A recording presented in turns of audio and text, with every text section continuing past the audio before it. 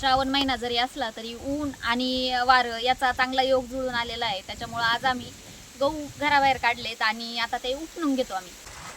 घमेल्याचं तोंड वाऱ्याच्या दिशेने करायचं, म्हणजे त्याच्यातून जे गहू पडणार आहेत ते उलट्या दिशेने त्याच्यातला कचरा, सोंडे किंवा बाकीचे जे काही गोष्टी असतात त्या उडून जातात.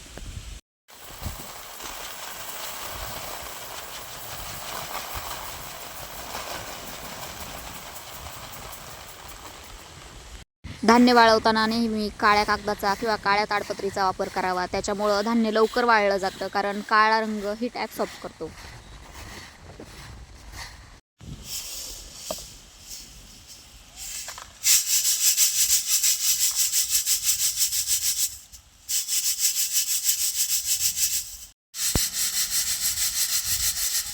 गहू उपणून जरी घेतले असले तरी पुन्हा एकदा चाळणीने व्यवस्थित चाळून घ्यायचे, म्हणजे खाली उरलेली त्याची कणी किंवा मग आळी, सोंडे वगैरे जे काय असेल ते एकदा पुन्हा खाली पडून जातं. आणि मग त्याच्यानंतर ते उन्हाला दिवसभर तापायला ठेवायचे आणि मग त्याच्यानंतर आपण पुन्हा धान्य साठवून ठेवू शकतो.